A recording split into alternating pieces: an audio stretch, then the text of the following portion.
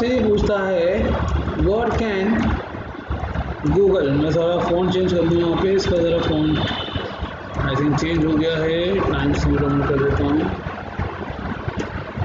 What can Google search console perform. अगर आपके सामने ये एक सवाल रखा जा रहा है, एक मिनट ज़रा, वही बच्चा है वही ट्राई कर रहा है। तो इसका जो आंसर होगा कि अगर आपको इसका आंसर देना हो तो इसमें सबसे पहले आप ये बोलोगे कि इसका जो काम होता है वो होता है आपको क्या करना, प्रोवाइड ओनरशिप। दूसरा इसका जो काम होता है वो होता है प्रोवाइड साइट मैप। तीसरा इसका जो काम होता है वो होता है जनरेट एंड चेक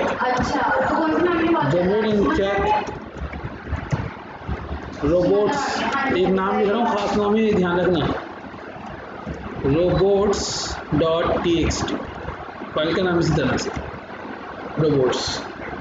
चौथा होता है वो होता है गेट ट्रैफिक एंड आप कह सकते हैं यहाँ पे लिंक डिटेल्स।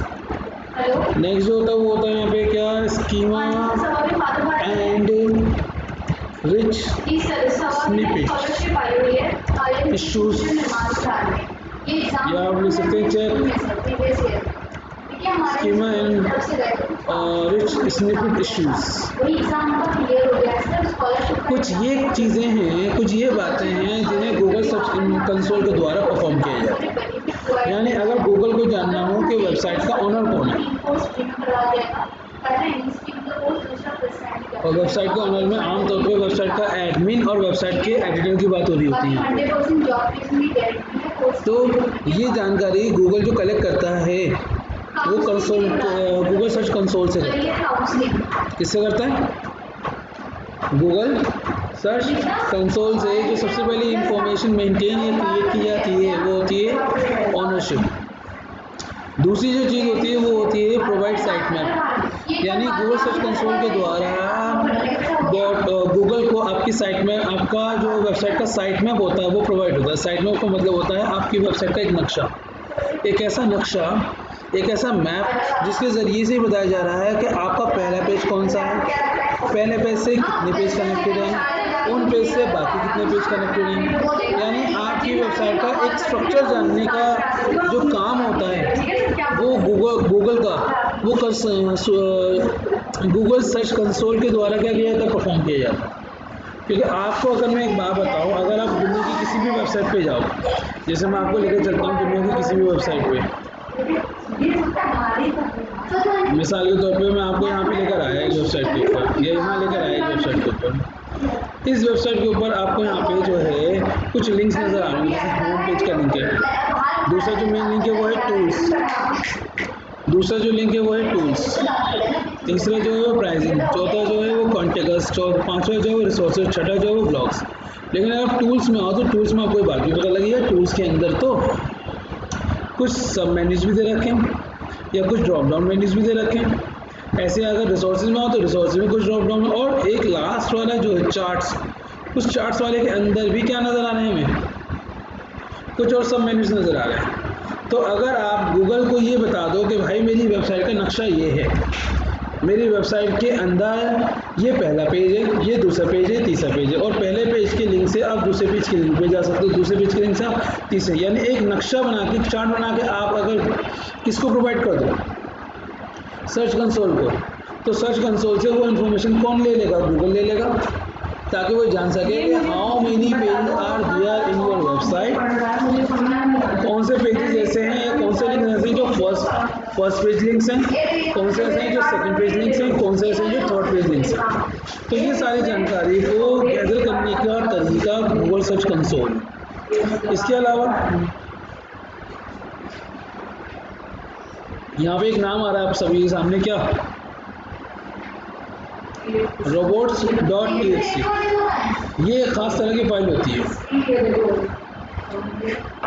इस फाइल की मदद से आप किसी भी वेब क्रॉलर को, क्या, इस फाइल की मदद से आप किसी भी वेब क्रॉलर को, यानी गूगल बॉट्स हो गए, बिंग बॉट्स हो गए, कोई भी हो गए, उनको आप ये बताओगे या सवाल के जरिए से आप उन्हें ये बात बताओगे कि भाई कौन सी वेबसाइट पे जाना है, आई मीन कौन से पेज पे जाके आप इंफॉर्मेशन कलेक्ट कर सकते हो, किस पे नहीं। तो बच्चों अब यहाँ पे आप अगली बात समझो, यहाँ पे क्या मैं आपको समझा रहा हूँ। यहाँ पे तीसरे पॉइंट में लिखा हुआ है generate and check robot.txt। robot.txt एक ऐसी टेक्स्ट फाइल होती है जिसके अंदर ये बताया जाता है कि कौन से पेजेस को सर्च किया जा सकता है, स्क्रॉल किया जा सकता है बाय द बॉट, चाहे वो गूगल बॉट हो, चाहे वो बीइंग बॉट्स हो, या फिर दुनिया के सारे बॉट्स क्यों ना हो। आप robot.txt से क्या करते हो, परमिशन सेट करते हो अपनी वेबसाइट के अंदर क्रॉलर्स की, कि क्रॉलर्स कहाँ सर्च करने जा सकता है और कहाँ नहीं। यानी नक्शे में तो सारी चीज़ें बता दी आपने साइट मैप के अंदर कि भाई ये चीज़ें वहाँ पर है, वहाँ पर। लेकिन robot.txt से क्या बात बताइएगी कि कहाँ जाना अलाउड है, किसका जाना अलाउड है और कहाँ जाना अलाउड नहीं है। तो आमतौर पे एक वेबसाइट के अंदर लॉगिन पेज होता है, एक ऐसा लॉगिन पेज जिससे साइट का एडमिनिस्ट्रेटर या साइट का एडिटर, ये दो लोग लॉगिन करते हैं। जैसे हम वर्डप्रेस में लॉगिन करते हैं, तो वर्डप्रेस में लॉगिन करने हमें क्या लिखना पड़ता है, WP एडमिन। अब ये जो WP एडमिन है, ये कौन से यूजर्स के लिए होना चाहिए, ये सब्सक्राइबर्स नॉर्मल यूजर्स के लिए होना चाहिए, या फिर ये साइट के जो एडमिनिस्ट्रेटर है और साइट का जो एडिटर है उसके लिए होना चाहिए, साइट ओनर के लिए। तो बच्चे साइट ओनर वाले प्लेस को क्या हम चाहेंगे कि गूगल बॉट्स उसे सर्च करे, गूगल बॉट्स से स्कैन करे, मैं चाहूँगा वो उसको स्कैन ना करे। तो उस चीज़ की स्कैनिंग को रोकना और किसी चीज़ की स्कैनिंग को देना, वो किससे अलाउ करा जाएगा, अलाउ डिसअलाउ, वो robot.txt से किया जाएगा। तो आप गूगल सर्च कंसोल के द्वारा अपनी robot.txt फाइल को क्रिएट भी कर सकते हो, प्लस उसको चेक भी कर सकते हो। और अगर आपको लगता है कि अब आपको फिलहाल 3 महीने के बाद उसमें कोई चेंजेस करने की ज़रूरत है, तो आप वो चेंजेस भी क्या कर सकते हो, प्रोवाइड भी कर सकते हो। और फिर उस हिसाब से जब नेक्स्ट टाइम गूगल बॉट्स आएंगे तो गूगल बॉट्स उसी मुताबिक क्या करेंगे, वेबसाइट में आके गो थ्रू करेंगे। तीसरी चीज़ चौथी चीज़ क्या है, गेट ट्रैफिक्स, यानी आपके पास कितना रेशियो ट्रैफिक आ रहा है, कौन सी डिवाइस से आ रहा है, कौन सी कंट्री से आ रहा है, पर मंथ कितना आ रहा है, लास्ट में विजिट करने में कितना आया था, उस चीज़ को चेक करने की जिम्मेदारी कहाँ से मिलेगी, उस चीज़ को गूगल कहाँ पे शो करेगा आपकी वेबसाइट के लिए, गूगल सर्च कंसोल पे। इवन इसके अलावा आपकी वेबसाइट पे क्या जो यूज़र आ रहा है, क्या ये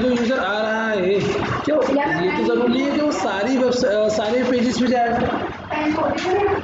अगर आपकी वेबसाइट में 60 पेजेस हैं तो एक यूज़र 60 पेजेस पे तो नहीं जाएगा, बल्कि आपकी पेज के अंदर, आपकी वेबसाइट के अंदर अलग अलग पेजेस होंगे और हर यूज़र के हिसाब से अलग अलग पेज को व्यू किया जाएगा, अलग अलग पेज पे जाया जाएगा, अलग अलग पेज की इंप्रेशंस देखी जाएंगे।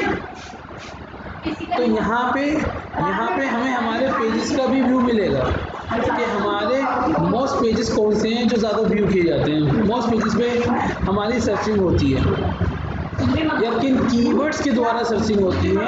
हम ये सारी बातें भी कहाँ पे जान पाएंगे, गूगल सर्च कंसोल में। बिल्कुल। अब बच्चों यहाँ पे 5वां जो पॉइंट है वो है schema, SCHEM, schema and rich snippets. Schema और रिच स्निपेट्स जो होते हैं बेसिकली आपकी वेबसाइट के पेजेस के ना छोटी छोटी समरी समझ लीजिए, ऐसी समरी जो मेटा डिस्क्रिप्शन के रूप में क्या होती है, डिस्प्ले की जाती है, इसके रूप में मेटा डिस्क्रिप्शंस के रूप में डिस्प्ले की जाती है कि जब कोई भी पर्सन आगे गूगल पे कुछ भी सर्च करता है, गूगल सर्च इंजन जो है उन्हें सर्च करके कोई इन्फॉर्मेशन देता है, तो आपने अक्सर देखा होगा कि कुछ XYZ नाम का डेटा जो है वो भी आ जाता है। जैसे मिसाल के तौर पर अगर मैं आपको दिखाना चाहूँ राइट नाउ, मैं यहाँ पे क्या लिख सकता हूँ, मैं यहाँ पे लिखूँगा जैसे कि इम्प्रेशन इन डिजिटल मार्केटिंग, मैंने ये लिखा इम्प्रेशन इन डिजिटल मार्केटिंग, एक वर्ड लिखा। अब आप गौर करो नाउ, राइट नाउ आप गौर करो सभी लोग, यहाँ पे आपको ये कुछ इमेजेस नज़र आ रही हैं, यहाँ पे आपको कोई डेफिनेशन नज़र आ रही है, प्लस यहाँ पे आपको एक वेबसाइट का URL और यहाँ पे उस वेबसाइट का टाइटल विद लिंक नज़र आ रहा होगा, और यहाँ पे लिखा हुआ आ रहा होगा क्या, स्निपेट या फीचर्ड स्निपेट। तो इसका मतलब ये है कि अगर मैंने ये वर्ड डाला कौन सा, इंप्रेशन डिजिटल मार्केटिंग, तो गूगल ने सबसे पहले तो ये आइडेंटिफाई करा कि भाई इसकी वेबसाइट पे चले जाओ, इसकी वेबसाइट पे बेहतर रिजल्ट है, इसकी वेबसाइट का रिजल्ट बेहतर है बाकी सारे रिजल्ट से। दूसरा, गूगल ने उसकी वेबसाइट से कुछ लिमिटेड कंटेंट समरी के रूप में 2-3 लाइन्स की समरी के रूप में वहाँ से निकाला है, और वहाँ से निकाल कर आपके सामने क्या कर दिया है, शोकेस कर दिया है। और इस पार्ट को हम बोलते हैं स्कीमा या स्निपेट। क्या बोल सकते हैं इसे, स्निपेट। यानी आप भी समझ लीजिए जैसे किसी तरह की कोई टैगलाइन जिसको पढ़ने का यूज़र सोचेगा चल यार इसको इस लिंक को जाकर क्लिक करूँ, इस लिंक को जाकर ज़रा चेक करूँ, सब करके देखो इसमें क्या है। तो ये स्निपेट्स होते हैं, क्या होते हैं, और ये कई तरीके से हमारे पास शो होते हैं। ये अक्सर तो ये हमारे पास ऊपर टॉप पे शो होते हैं यहाँ पे। तो इस तरह की जानकारी जो होती है ना, उस चीज़ को देखने का काम भी, उस चीज़ को मेंटेन करने का काम भी किसका होता है, गूगल सर्च कंसोल का। तो गूगल सर्च कंसोल एक रिपोर्टिंग टूल है। क्या है, एक रिपोर्टिंग टूल जो आपको रिपोर्ट दे रहा है, जो गूगल को रिपोर्ट दे रहा है कि भाई इसकी वेबसाइट में ये परफॉर्मेंस अच्छी चल रही है, तो गूगल भी उस मुताबिक आपकी रैंक को डिसाइड करने में हेल्प करेगा आपकी। गूगल रैंक बेहतर नहीं करेगा लेकिन मदद करेगा आपको। गूगल सर्च कंसोल से आप रैंक बेहतर नहीं कर सकते डायरेक्ट, बल्कि आप अपनी से परफॉर्मेंस जान सकते हो कि परफॉर्मेंस कैसी है। रैंक को बेहतर करना ना करना वो टोटल किस पे डिपेंड करेगा, आप पे डिपेंड करेगा। किस पे, बिल्कुल। हाँ, अब अगर कोई पूछे, अगर कोई अभी जानना चाहे कि भाई गूगल जो है वो गूगल सर्च कंसोल से क्या हेल्प लेता है हमारे बारे में, क्या, अगर मैं लिखूं गूगल क्या जान पाता है गूगल सर्च कंसोल की हेल्प से, किसके बारे में जान पाता है, हमारे बारे में, हमारी साइट के बारे में। तो गूगल को पहली बात हमारे बारे में क्या पता लगेगी, ये नोटिफाई करता है अबाउट हैक्ड वेबसाइट्स, यानी इससे पता लग पाता है कि क्या कोई वेबसाइट हैक तो नहीं हुई है। ये नोटिफाई करता है आपको किस बारे में, अबाउट पेनल्टीज, क्या आपकी वेबसाइट में कोई ऐसा स्पैम कंटेंट तो नहीं है जिसकी वजह से आपकी वेबसाइट पे किसी तरह की पेनल्टी लगी है। अगर पेनल्टी लगी है तो गूगल आपकी वेबसाइट की रैंक को डाउन कर देगा। और पेनल्टी किस बात पे लग सकती है, सबसे पहला होता है कॉपीराइट इश्यूज, यानी आपने अपनी वेबसाइट में किसी का मिला जुला कंटेंट ऐसा लिखा है जो दूसरे का हूबहू है, तो ये किस चीज़ को फेस करेगा, पेनल्टी को फेस करेगा। तो गूगल सर्च कंसोल से इस बारे में पता लगेगा कि आप दूसरे में चुरा के तो नहीं लिख रहे हैं। अगर ऐसा हुआ तो पेनल्टी चार्ज होगी, और इस पेनल्टी चार्ज होने का मतलब क्या होगा, आपकी रैंकिंग स्कोर डाउन हो जाएगा।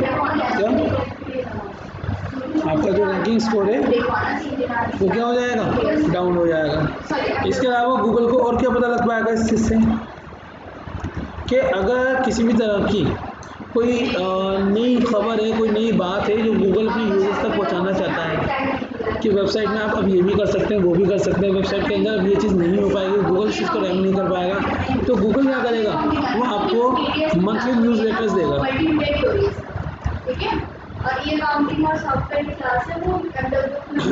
यानी गूगल अपने अखबार को आप तक पहुंचाएगा और उस अखबार में गूगल के द्वारा नई जानकारियाँ मौजूद होंगी। तो इस तरह की कुछ बातों को गूगल आइडेंटिफाई कर पाता है किसकी मदद से, और किसके बारे में पता कर पाता है, हमारी वेबसाइट से हमारी वेबसाइट से। तो हम गूगल सर्च इंजन से ये बातें पता कर पाते हैं, गूगल सर्च कंसोल से ये बातें पता कर पाते हैं, और गूगल क्या बातें पता कर पाता है, वो ये बातें पता कर पाता है। तो यहाँ तक बात समझ में आ गई आप सभी को। अब आगे बढ़ते हैं, अब आगे बढ़ के हम ये जानने की कोशिश करते हैं कि अब हमारे पास कितनी तरह के गूगल सर्च कंसोल में वेबसाइट को वेरीफाई करवाने के मेथड्स होते हैं। क्या? गूगल सर्च कंसोल में वेबसाइट को वेरीफाई करवाने के मेथड्स होते हैं। तो पहले तो मैं लिखूँगा search.console या Google search console, Google search console, और यहाँ पे मेरे पास आ जाएगा search.google.com। मैं यहाँ पे स्टार्ट नाउ पे क्लिक करूँगा और स्टार्ट नाउ पे क्लिक करने के बाद मैं यहाँ पे ऐड प्रॉपर्टीज़ पे जाऊँगा और ऐड प्रॉपर्टीज़ पे जाके ऐड प्रॉपर्टी पे क्लिक करूँगा। अब जब मैं यहाँ पे किसी प्रॉपर्टी पे क्लिक करूँगा तो दो ऑप्शन आ गए। एक आ गया डोमेन ऑप्शन आ गया, जो गूगल सर्च कंसोल में न्यू इंट्रोड्यूस हुआ है। आज से 2-3 साल पहले, मैं ज़्यादा दूर नहीं जाऊँगा, हाँ अराउंड 2-3 साल पहले या 2 साल पहले जस्ट केवल आपके पास प्रॉपर्टी ऐड करने का एक ही तरीका होता था, वो होता था URL प्रीफिक्स का तरीका। इसका तरीका URL, लेकिन अब गूगल ने आपको एक तरीका और दे दिया है। कौन सा? डोमेन का तरीका। इसलिए यहाँ पे अभी भी क्या लिखा हुआ? न्यू, यानी इंडिकेशन यही बता रहा है कि भाई ये न्यू तरीका है। क्या है? न्यू तरीका। यानी गूगल सर्च कंसोल को अपनी वेबसाइट के बारे में अगर जानकारी आपको देनी है और आप यहाँ पे यूज़ करना चाहते हो कौन सा तरीका? पहले वाला तरीका, URL प्रीफिक्स का तरीका। तो इसमें क्या होता है, इसमें आपको अपना एग्जैक्ट URL पास करना पड़ता है। एग्जैक्ट का मतलब आपकी वेबसाइट के URL अलग अलग होते हैं, कई बार अलग अलग तरीक़ों से एक्सेस किया जाता है। जैसे कि कभी कभार आपकी वेबसाइट को एक्सेस करने का तरीका क्या होता है? Digital web server dot take. कभी कभी आप अपनी वेबसाइट का URL चेक करो तो उसमें एक्सेस करने का तरीका क्या लिखा होगा? कि किसने लिखा होगा www.digitalwebserver.tech। कभी कभार उस साइट में लिखा होगा http://digitalwebserver.tech। तो ये 3 अलग अलग URLs हो गए। क्या होगा? 3 अलग अलग URLs हैं, यानी 3 दरवाजे बता रहे हैं। अब अगर इस वाले तरीके में आप जाते हो, कौन सा वाले तरीके में? URL प्रीफिक्स वाले तरीके में, तो आपने अगर इसमें से कोई भी एक स्पेसिफिक URL पास कर दिया, कौन सा वाला? डिजिटल वेब सर्वर और टेक वाला, सबसे पहले वाला, तो उसका मतलब इस प्रॉपर्टी को ऐड कर दिया जाएगा और केवल आपकी साइट की इंफॉर्मेशन जो कलेक्ट होगी तो केवल इस URL की मदद से हो पाएगी। केवल किस URL की मदद से? Digital web server dot take. यानी अगर गूगल पे जाकर गूगल सर्च इंजन में जाकर या गूगल की वेबसाइट पे जाके URL में कोई पर्सन टाइप करता है digital web server dot take, तब कंसिडर किया जाएगा कि आपके पास क्या आ रहा है, कोई ट्रैफिक आ रहा है। बट अगर किसी ने क्या करा, अगर किसी ने लिखा www.digitalwebserver.tech, तब ये काउंटेबल नहीं होगा। तब आपको फिर क्या करना पड़ेगा? फिर आपको इस URL को भी, कौन सी URL को? इस URL को भी इसमें क्या करना पड़ेगा? ऐड करना पड़ेगा। तो इसमें क्या होता है? इसमें एक ही वेबसाइट के मल्टीपल URLs, क्या एक ही वेबसाइट के मल्टीपल URLs ऐड करने पड़ते थे और फिर सबको मेंटेन करना पड़ता था। फिर सबका डेटा भी अलग अलग हो जाया करता था अक्सर। अब गूगल ने क्या कर दिया? गूगल ने कह दिया कि आप एक काम करो, आप सिर्फ मुझे मेन डोमेन दे दो। क्या कर दो? मुझे सिर्फ मेन डोमेन दे दो। मेन डोमेन का मतलब है आपसे मुझे एक काम करो, मुझे दे दो केवल क्या? Digital web server dot take. अब अगर इन फ्यूचर अगर वो सर्च होता है www.digitalwebserver.tech के थ्रू, अगर वो कभी सर्च होना चाहेगा या उसका URL कभी चेंज होना चाहेगा HTTPS करके, तो वो सारे के सारे URL कंसिडर कर लेगा एक ही से। क्या? सारे के सारे URL एक ही से क्या कर लेगा? कंसिडर कर लेगा मेन डोमेन से। इसलिए यहाँ पे जब आप मेन डोमेन में आप आओगे और मेन डोमेन में आप आके यहाँ लिखोगे digital web server dot take, तो आप देखोगे सिर्फ D लिखते ही कंटिन्यू का बटन क्या हो गया? इनेबल हो गया था मेरे लिए। क्या? सिर्फ D लिखते ही मैंने D के आगे कुछ नहीं लिखा, सिर्फ D लिखते ही हो गया। लेकिन अगर गलती ये करता है यहाँ पे, मैं गलती करता है यहाँ पे क्या, मैं यहाँ पे लिखता http:// तो अब देखो क्या नज़र आ रहा है, कंटिन्यू का जो बटन है वो यहाँ पे हाईलाइट नहीं हो रहा। क्यों हो रहा है वो हाईलाइट? क्योंकि ये मेन डोमेन लेगा और मेन डोमेन में HTTP जैसा कुछ नहीं आता। अगर मैं लिख दूँ www.digitalwebserver.tech तो ये इसे भी कंसिडर कर लेगा। बट अगर मैं URL प्रीफिक्स में आऊँ और URL प्रीफिक्स में यहाँ लिखूँ www.digitalwebserver.tech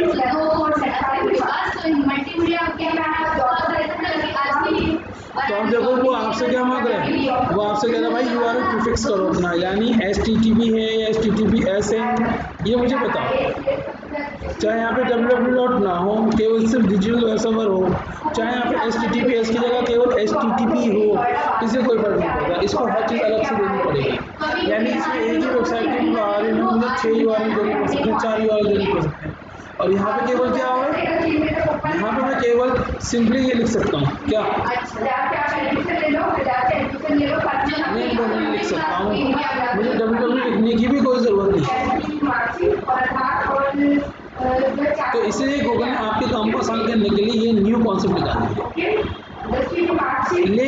लेकिन इस नए कॉन्सेप्ट में क्या दिक्कत आती है वो भी मैं आपको बताऊं।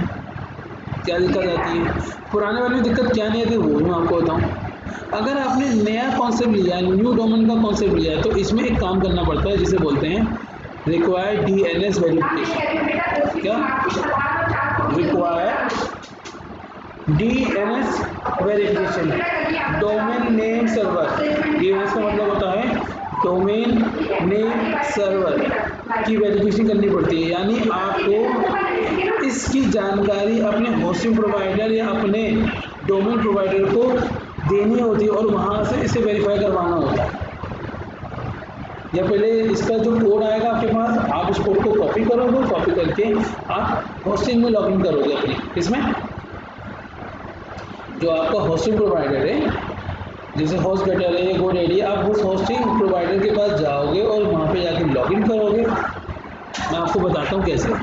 देखो आपने यहाँ पे चलो पहले मैं आपको ये चीज़ समझा दूँ। कौन सी वाली बात? हाँ, पहले मैं आपको ये चीज़ समझा दूँ कि जब आपको वेरिफिकेशन मेथड अप्लाई करना होता है वेबसाइट को वेरीफाई करवाने के लिए गूगल सर्च कंसोल से, कि ये वेबसाइट अवेलेबल है भी या नहीं, क्या ये वेबसाइट वैलिड है भी या नहीं, क्या इस वेबसाइट का URL ये है भी या नहीं, तो आपके पास क्या होते हैं, 3 वेज होते हैं। क्या होते हैं? तो मैं लिखूँगा कि there are 3 verification methods to add property, या मैं कहूँगा 3 वेरिफिकेशन मेथड्स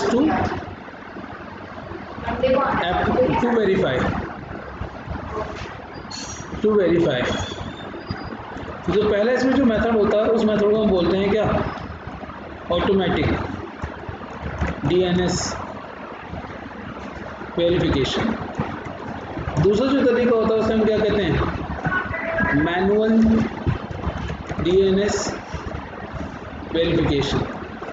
तीसरा जो तरीका होता है उसे हम क्या कहते हैं, उसे हम कहते हैं HTML फाइल अपलोड। क्या बोलते हैं? HTML file upload. यानी 3 तरीके आपको दिए जा रहे हैं जिससे आप अपनी वेबसाइट को गूगल सर्च कंसोल पे वेरीफाई करवा सकते हो। एक है ऑटोमेटिक DNS वेरिफिकेशन, एक है मैनुअल DNS वेरिफिकेशन और एक है आपका HTML फाइल अपलोड का तरीका। अब अगर मैं बात करूं आपसे यहाँ पे पहले मेथड की, कौन से मेथड की? फर्स्ट मेथड की। तो यहाँ पे आपको इन फर्स्ट मेथड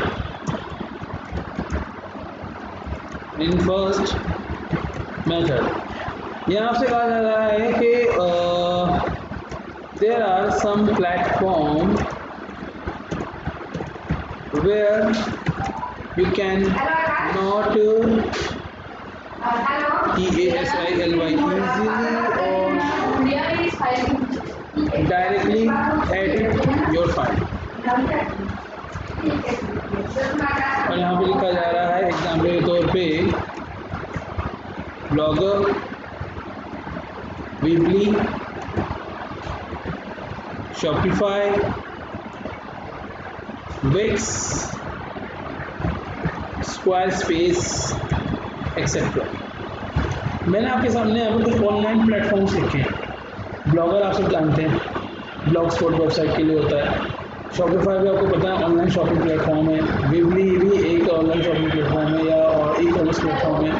विक्स भी एक वेबसाइट बिल्डर प्लेटफॉर्म है। स्क्वायरस्पेस भी एक वेबसाइट बिल्डर प्लस आपको इंफॉर्मेशन देने का एक प्लेटफॉर्म है। तो अगर इन प्लेटफॉर्म पे आप अपनी वेबसाइट को बनाते हो, इन प्लेटफॉर्म से आप अपनी वेबसाइट को बनाते हो तो गूगल सर्च कंसोल पे आप क्या करना चाहते हो, इनको वेरीफाई करवाना चाहते हो, इनके डीएनएस वेरिफिकेशन को करवाना चाहते हो, तो आप एक चीज़ ये जान लीजिए कि इन पे ये काम करवाना आसान नहीं होता। आपको करना क्या होता है, आपको इसके लिए सबसे पहला काम ये करना होगा। तो फर्स्ट ऑफ ऑल आप जो है यहाँ पर आओगे, लेट्स सपोज जैसे कंटिन्यू करोगे आप और आप यहाँ पे वेरीफाई प्रॉपर्टीज में जाओगे। ये करने के बाद आप यहाँ पर आओगे इंस्ट्रक्शन 4 और इंस्ट्रक्शन 4 में आने के बाद आप यहाँ से अपना डीएनएस प्रोवाइडर सेलेक्ट करोगे। You select your own DNS provider. यहाँ पे कुछ डीएनएस प्रोवाइडर की लिस्ट गिवन होगी, ये लिस्ट गिवन होगी।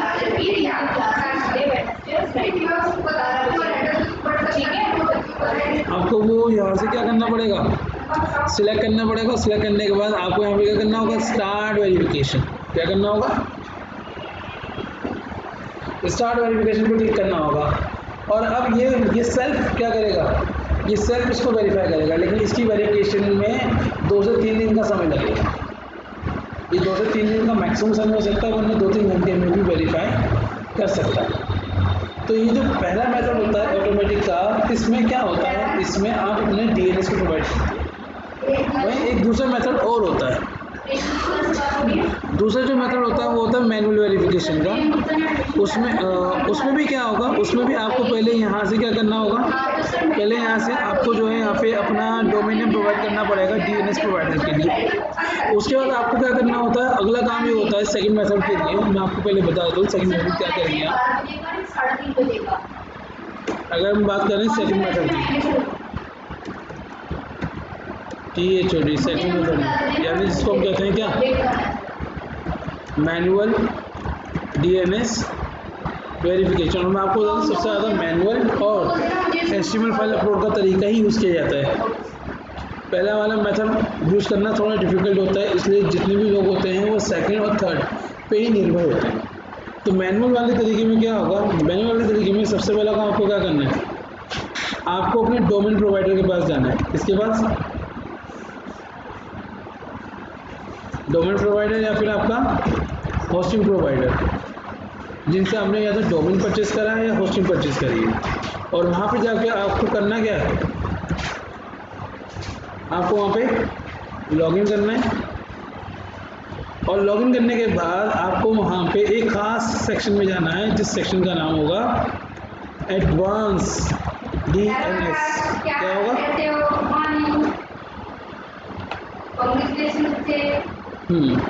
अब मैं इस चीज़ को समझाने के लिए काम करता हूँ। मैं एक बच्चे ने, मीनाक्षी नाम की जो स्टूडेंट है, उन्होंने मुझे अपने ना वो दे रखी है, क्या कहते हैं, अपने होस्टिंग प्रोवाइडर का यूज़र नेम पासवर्ड दे रखा है। एक बार मैं उसको ट्राई करके देखता हूँ, अगर उससे हो जाता है तो ठीक है, अच्छी बात है। 1 मिनट रुकिए, होल्ड कीजिए, मैं करके देखता हूँ। तो बच्चों देखो यहाँ पे मैंने एक बच्चे का अकाउंट ओपन करा है, मीनाक्षी का, ठीक है। मीनाक्षी ने होस्टिंगर से जो है होस्टिंग और डोमेन दोनों परचेस करने हैं एक ही प्लान के अंदर। तो मैं इनके होस्टिंग प्रोवाइडर के पास गया हूँ, या आप डोमेन प्रोवाइडर के लिए बेसिकली, क्योंकि डोमेन के अंदर चेंजेस करने होते हैं। मैं इनके डोमेन प्रोवाइडर में आया हूँ यहाँ पे, और इनके डोमेन प्रोवाइडर में मैंने यहाँ पर आकर, चाहे तो आप डोमेन सेक्शन पे क्लिक कीजिए, और डोमेन सेक्शन पे क्लिक करने के बाद यहाँ पे आप पहले नीचे आके देख लीजिए कि आपको यहाँ पे एडवांस DNS का कोई ऑप्शन नज़र आ रहा है। एडवांस DNS मुझे यहाँ पे अगर नज़र आ रहा है तो यहाँ लिखा आ रहा है मैनेज DNS रिकॉर्ड। क्या लिखा आ रहा है, मैनेज डीएनएस रिकॉर्ड, और यहाँ पे रिकॉर्ड टाइप के अंदर अगर मैं आगे चेक करूँ, थोड़ा सा नीचे आता हूँ, थोड़ा सा आपको दिखाने के लिए थोड़ा छोटा कर लेता हूँ इसको। यहाँ मैनेज डीएनएस रिकॉर्ड के अंदर, किसमें? मैनेज डीएनएस रिकॉर्ड के अंदर। ये कहाँ से आए हम? इसके लिए हम आए सबसे पहले मेन डोमेन में। मेन डोमेन में हम आए डीएनएस नेम सर्वर सेक्शन में, यानी डोमेन्स के अंदर डीएनएस नेम सर्वर वाले सेक्शन में हम आए, इनके होस्टिंग प्रोवाइडर के अकॉर्डिंग, इनके डोमेन प्रोवाइडर के अकॉर्डिंग। और यहाँ पर आकर हमें एक सेक्शन मिल रहा है जिसका नाम है मैनेज डीएनएस रिकॉर्ड। अब यहाँ पर आपको करना क्या होगा, यहाँ पे आप क्लिक करेंगे और यहाँ से आप सेलेक्ट करेंगे किस चीज़ को, .txt टाइप को, किसको, txt टाइप। और txt टाइप के बाद आप आओगे यहाँ पे txt वैल्यू में। कहाँ पे आओगे? और txt वैल्यू में जो भी आपको मिल रहा है कोड, देखिए यहाँ पे अगर इंस्ट्रक्शन में एनी डीएनएस प्रोवाइडर होगा तो ये आपको एक कोड देगा। अगर आपने यहाँ पे किसी डीएनएस प्रोवाइडर को सिलेक्ट कर लिया तो वो कोड यहाँ से गायब हो जाएगा, क्योंकि जब आप डीएनएस प्रोवाइड कर रहे हो तो ये कह रहा है कि ठीक है मैं तुम्हारे लिए ऑटोमेटिक चेक करता हूँ। लेकिन जब आपको पता ही नहीं आपको डीएनएस प्रोवाइडर क्या होगा और आप उस काम को मैनुअली करना चाहते हो, तो आप क्या करोगे, आप यहाँ पे सिलेक्ट रखोगे एनी डीएनएस प्रोवाइडर, और फिर जो भी यहाँ पे वेरिफिकेशन कोड आ रहा है इस वेरिफिकेशन कोड को कॉपी पे क्लिक करके आप क्या कर लोगे, कॉपी कर लोगे। और कॉपी पे क्लिक करने के बाद आप जाओगे अपने यहाँ पे txt वैल्यू सेक्शन में और उस पूरे कोड को यहाँ पे क्या कर दोगे, पेस्ट कर दो। और पेस्ट करने के बाद आपको करना क्या है, आपको बस यहाँ पे आके ऐड पे क्लिक करना। आपके यहाँ पे ऐड पे क्लिक करते हुए दिखा रहा है कि डीएनएस रिकॉर्ड क्रिएटेड सक्सेसफुली, और ये डीएनएस रिकॉर्ड जो है वो नीचे कहीं पर आ गया। आपको देखने के लिए क्या करना है, थोड़ा स्क्रॉल करना है, नीचे स्क्रॉल करके आप यहाँ पे चेक कीजिए वेयर इज txt, यहाँ लिखा हुआ आ रहा होगा txt, और यहाँ पे कहीं पे लिखा हुआ आ रहा होगा कि इसकी वैल्यू क्या दी गई है, गूगल साइट वेरिफिकेशन कोड। बस ये आपने क्या कर दिया, ये आपने मैन्युअली क्या कर दिया, गूगल वेरिफिकेशन कोड अपने डोमेन प्रोवाइडर के साथ जोड़ दिया। किसके साथ? अपने डोमेन प्रोवाइडर के साथ जोड़ दिया। और डोमेन प्रोवाइडर से जोड़ने के बाद अब आपको फाइनल काम क्या करना होगा, आपको फाइनल काम ये करना है, अब आपको यहाँ पे वेरीफाई पे क्लिक करना है। किस पे क्लिक करना है? अब वेरीफाई पे क्लिक होगा। तो जब आप वेरीफाई पे क्लिक करोगे तो वो ये देखेगा कि हाँ जी इसके डोमेन प्रोवाइडर में, इस पर्सन के डोमेन प्रोवाइडर में मेरा वेरिफिकेशन कोड है, तो वो इससे वेरीफाई कर लेगा कि हाँ ये साइट ओके है। क्योंकि वेरिफिकेशन कोड किसने दिया है, सर्च कंसोल ने दिया है। आपने उस कोड को कहाँ पे पेस्ट करा है, उसको एज अ रिकॉर्ड कहाँ पे ऐड किया है, आपने उसे अपने डोमेन प्रोवाइडर के अंदर डोमेन प्रोवाइडर में ऐड किया है। तो गूगल को पहले वेरीफाई करना है, गूगल सर्च कंसोल को पहले वेरीफाई करना है कि जो डोमेन आप बता रहे हो वो डोमेन एग्जिस्ट करता भी है या नहीं करता किसी डोमेन प्रोवाइडर के पास। तो उसके लिए उसने आपसे कहा कि एक काम करो, ये कोड लो, वेरिफिकेशन कोड, और इसे कहाँ पे डाल दो, इसे आप txt रिकॉर्ड में डाल दो। इसमें डाल दो, इसमें डाल दो। तो txt रिकॉर्ड के लिए मुझे क्या करना पड़ा, मुझे आना पड़ा होस्टिंगर के अंदर लॉगिन करके डीएनएस नेम सर्वर सेक्शन में, और यहाँ पर आके मैंने किस पे क्लिक करा, यहाँ आके मैंने सेक्शन देखा कौन सा, मैनेज डीएनएस रिकॉर्ड, और यहाँ पे मैंने टाइप के अंदर जाकर, आपको अभी इस बात से नहीं टाइप क्या क्या आएंगे, आप बस यहाँ पे क्या करें, आप टाइप में आएंगे, टाइप में आके यहाँ पे किसको सिलेक्ट कर लेंगे, txt को, और यहाँ पे @ में @ रहने दीजिए, इसको चेंज मत कीजिए अपनी तरफ से, जो है रहने दीजिए। बस आपको आगे करना क्या है, आपको txt वैल्यू में यानी टेक्स्ट वैल्यू में क्या डालना है, अपना वेरिफिकेशन कोड डालना है और रिकॉर्ड करना है। अब ये 2 से 3 घंटे डेफिनेट लेगा, ये 2 दिन का समय लेगा आपकी वेबसाइट को आगे एक्टिव करने के लिए।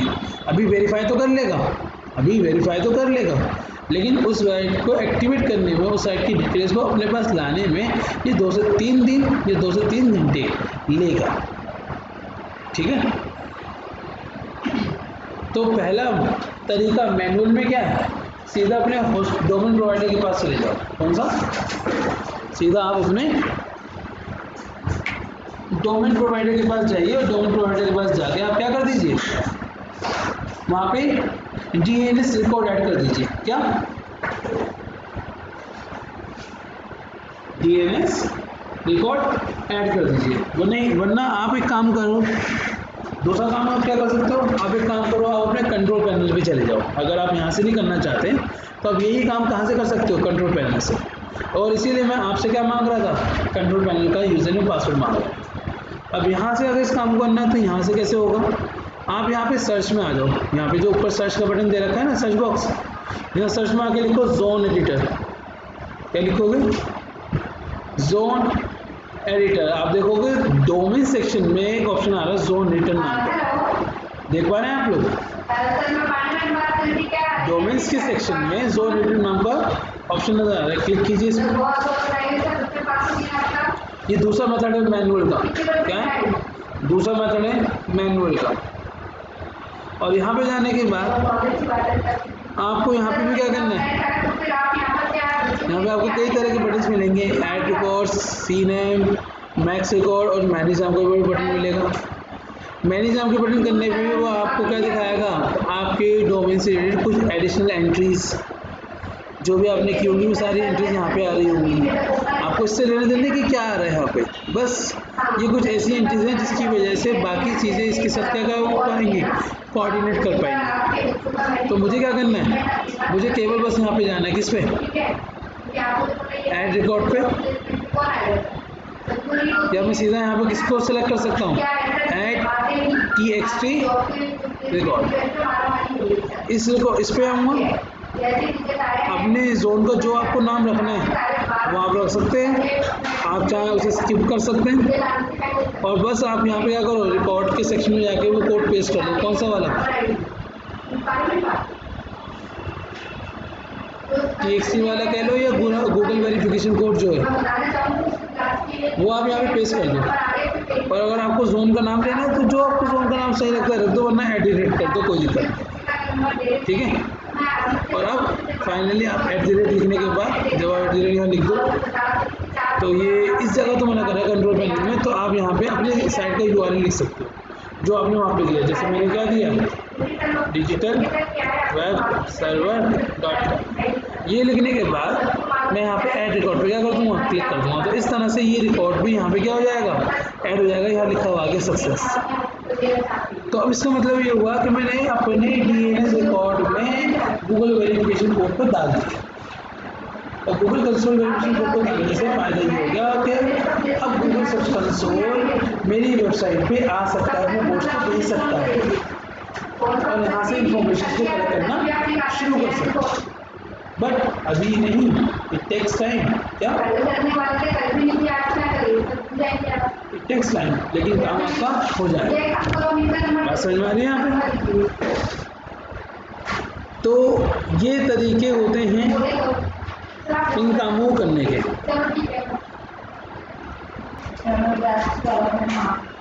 तो बेटे आप एक जानते हो कि अब तीसरा एक तरीका और है आपके पास। थर्ड तरीका क्या है आपके पास, थर्ड तरीका आपके पास है HTML फाइल अपलोड का तरीका। इस वाले तरीके को अक्सर इस्तेमाल किया जाता है, ये ज़्यादा इस्तेमाल किया जाता है जिनकी वेबसाइट बनी होती है वर्डप्रेस पे, जिनकी वेबसाइट बनी हुई होती है वर्डप्रेस पे, वो इसे यूज़ करते हैं। अदरवाइज अगर आपके पास वर्डप्रेस की वेबसाइट नहीं है तब भी कोई फ़र्क नहीं पड़ता। तो मैं बताता हूँ कि तीसरा वाला तरीका कैसे यूज़ करते हैं।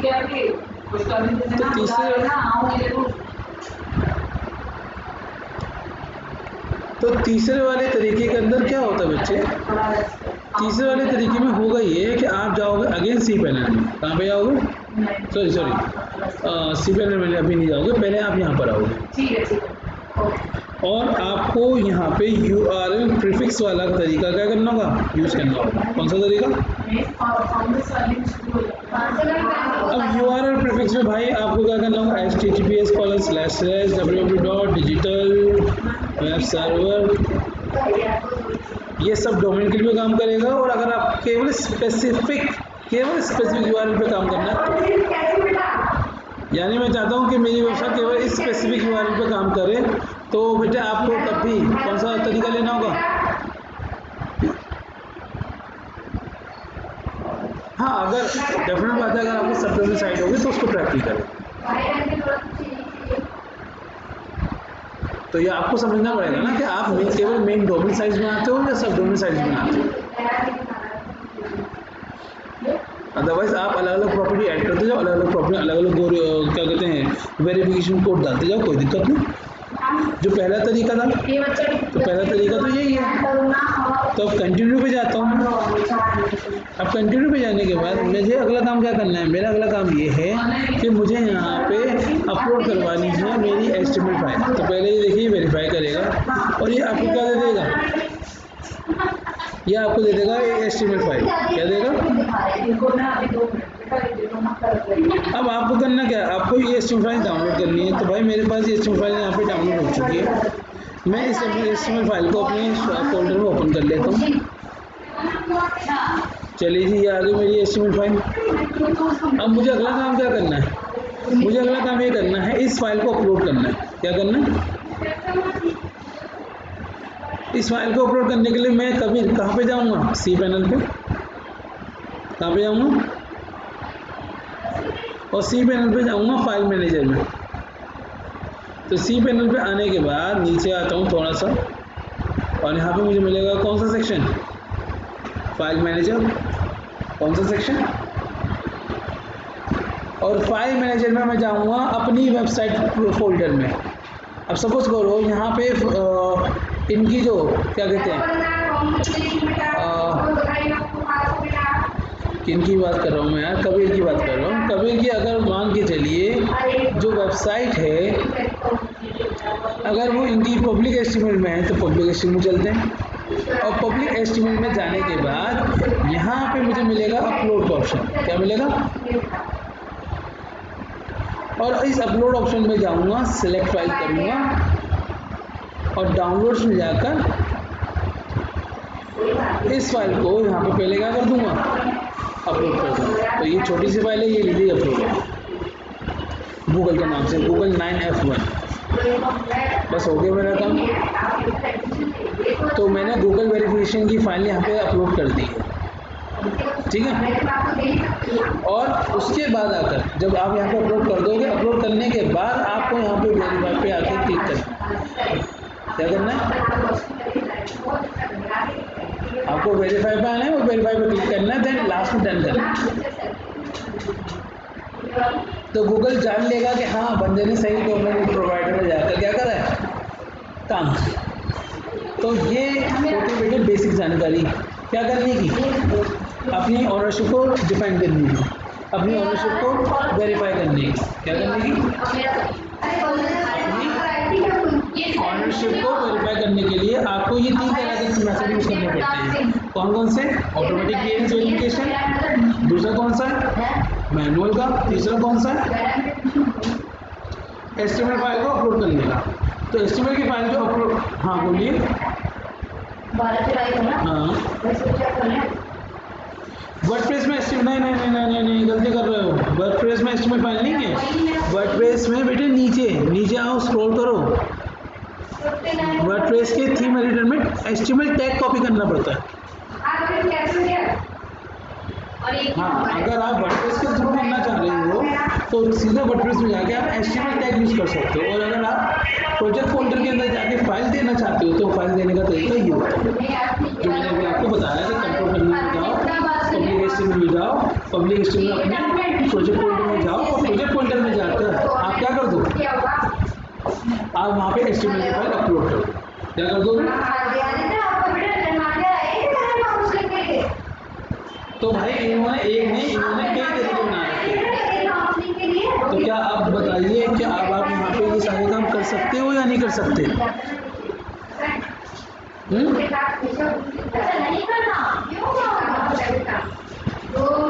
अरे भाई हो सकता है या नहीं हो सकता? इसे करके देखिए आप लोग, इसे करके देखिए आप लोग, ठीक है।